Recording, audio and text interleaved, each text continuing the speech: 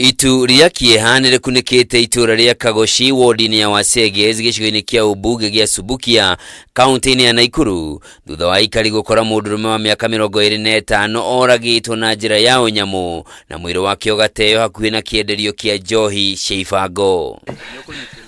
Acio mukwetagwo Kariuki ni ciana ciakwa ranjira. Uyu ne Julia Wanja nyina wa mwanake uria uragirwo agitaririo uria mukirire riboti ya gikuo kia muriu aihuritwo ni maithori.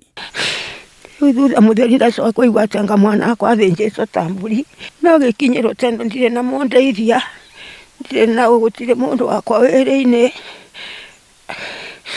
kirahota kwaria. Nĩ gĩko gĩkũmithĩtio nĩ aikari itura rĩrĩ na njĩra nene. Ithuĩ tũrĩ tatumia ũndũ ũyũ nĩ ũtũturĩte tũrenda njohi ici cia ibango cinine itiga tũninĩre ciana. Tuona nĩ Kariuki nĩ mane mutinangia oragĩtwo kĩnyamu na twakĩrigwo nĩkĩ. Rĩu nĩ tũroria thirikari itũ ĩtũteithĩrĩrie thĩinĩ wa itũra rĩrĩ ĩtũninĩre njohi tondu nĩ njohi nĩ tũninĩire ciana citũ nĩ ciũrĩire njohi-inĩ.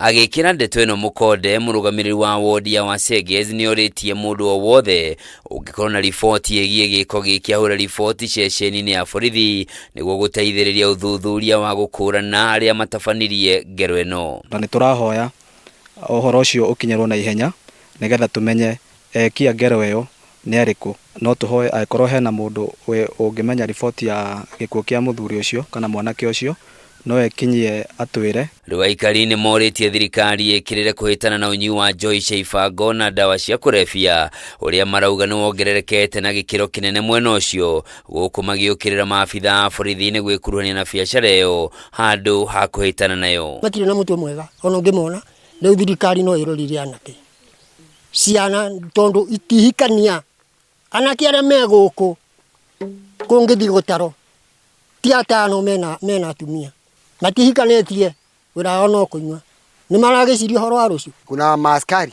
ambao kwa njia ya kipekee wanakuja kushiriki na hii watu kwa kunywa pombe. Hatunaomba hiyo jambo liweze kumalizwa kabisa.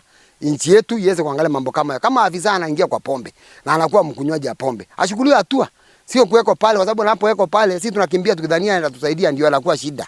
Handũ-inĩ ha Kameme TV njitagwo Njoroge wa Kimani.